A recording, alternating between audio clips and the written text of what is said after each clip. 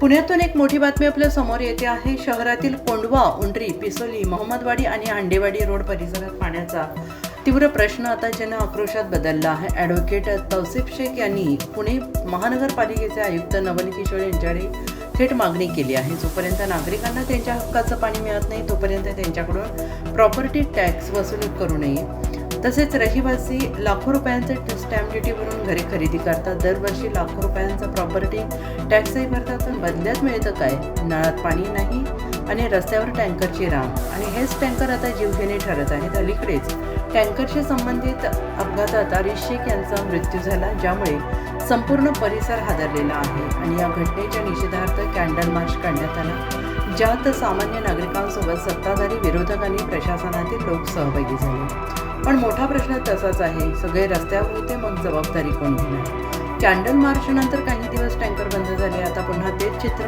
Tanker सुरू आणि नागरिक पाण्यासाठी वणवण भटकत आहे। ॲडव्होकेट तौसिफ शेख यांनी इशारा दिलाय, लवकरच हक्काचं पाणी मिळालं नाही तर येत्या काळात मोठं आंदोलन उभं राहील। आता नजर आयुक्तांवर, नागरिकांना त्यांचा हक्क मिळणार का, की टँकर माफियाचा खेळ असा सुरू राहणार? पुण्यातून व्हॉइस ऑफ महाराष्ट्र न्यूज चॅनेलसाठी ब्युरो चीफ मुन्ना मुजावर यांचा विशेष रिपोर्ट। नमस्कार, मी ॲडव्होकेट तौसिफ शेख आपल्या या माध्यमाद्वारे पुणे कॉर्पोरेशनचे आयुक्त माननीय नवल किशोर राम यांना एक नम्र विनंती करत आहे।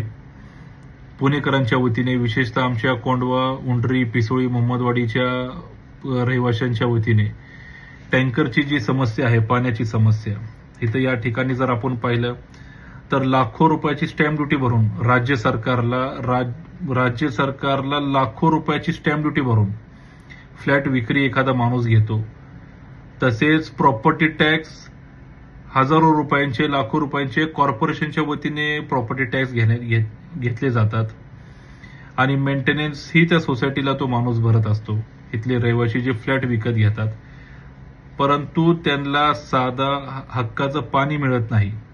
त्याच्या बदल्यामध्ये आपल्या या भागामध्ये एक नाही, दोन नाही तर अनेक लोकांचा जीव गेलेला आहे, तरीही या शासन प्रशासनाला कुठली जाग आलेली नाही।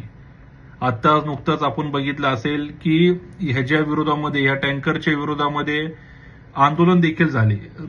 आरिश शेख म्हणून जो काही व्यक्ती बिचारा तो दुर्दैवी मृत्यू झाला टँकरच्या ऍक्सिडेंटमुळे, ह्याच्या विरोधामध्ये बरेच लोक रस्त्यावर उतरले, कॅन्डल मार्च काढला।